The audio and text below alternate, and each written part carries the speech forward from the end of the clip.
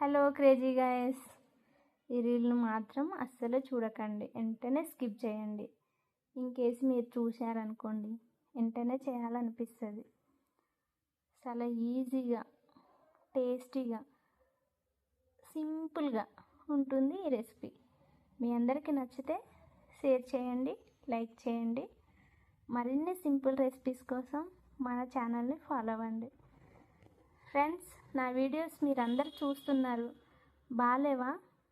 మీ అందరికీ నచ్చుతలేదనుకుంటా. మంచి వీడియోస్ కావాలని కామెంట్ చేయండి.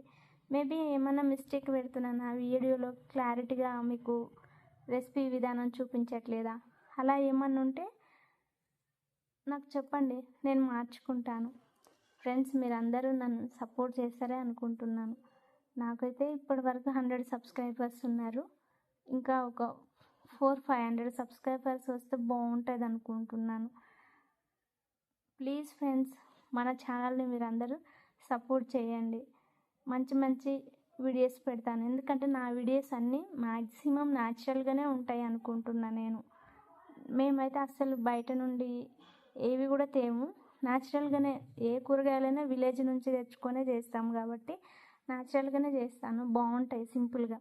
ఎందుకంటే ఎక్కువ ఘాటు మసాలాలు వేసుకొని చేసినా కానీ ఇప్పుడున్న ట్రెండ్లో అయితే హెల్త్ ఇష్యూస్ వస్తున్నాయి కదా.